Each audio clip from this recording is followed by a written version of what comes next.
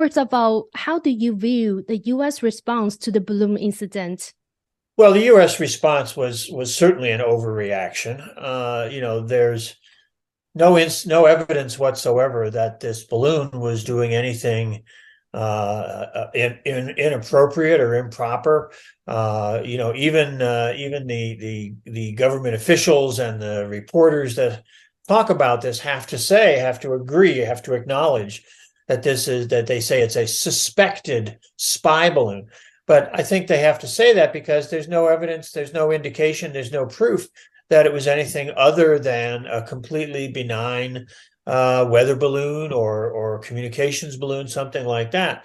And the fact that it was shot down, the fact that they have had weeks now to recover any information from it, and yet there's still no indication that it was doing anything wrong or was in any way really anything other than just a civilian research balloon.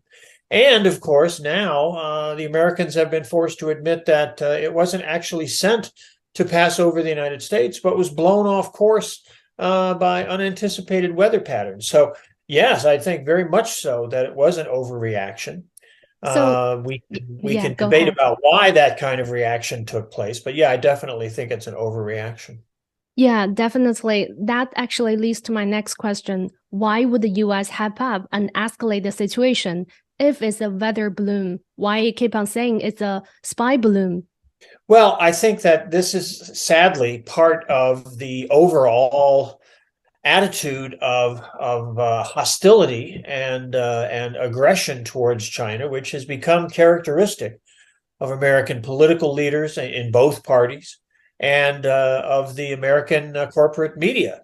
That China is automatically suspect. China is automatically viewed in a negative light, and so when this balloon was observed, the only interpretation that they could come up with, the only way that they could think about it, was in a hostile attitude. So I think that shaped their reaction.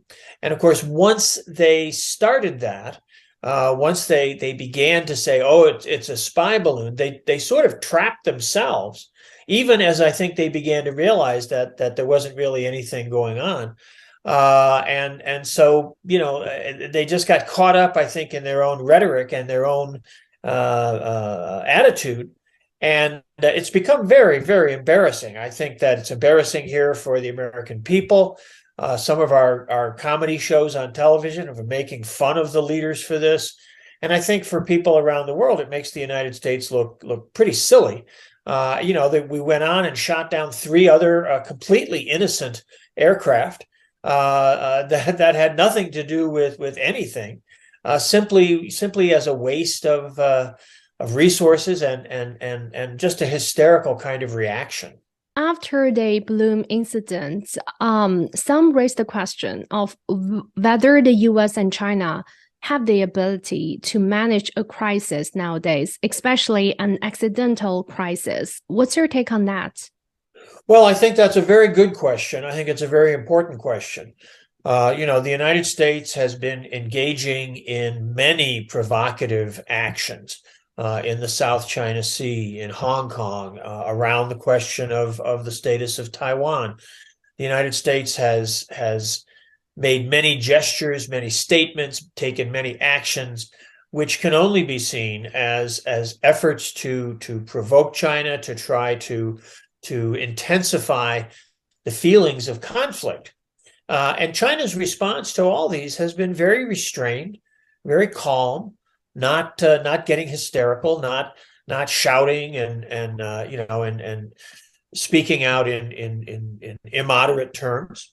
But American politicians, partly because our political system is not based on a very long-term perspective, but politicians are always looking to the next election, and even more than that, the next news story. And they compete with each other as to who's going to be tougher and who's going to be more outspoken. And so it drives the psychology, in a sense, of American politics, drives these people to say things that they don't think about enough, And I think that it's a very dangerous kind of response.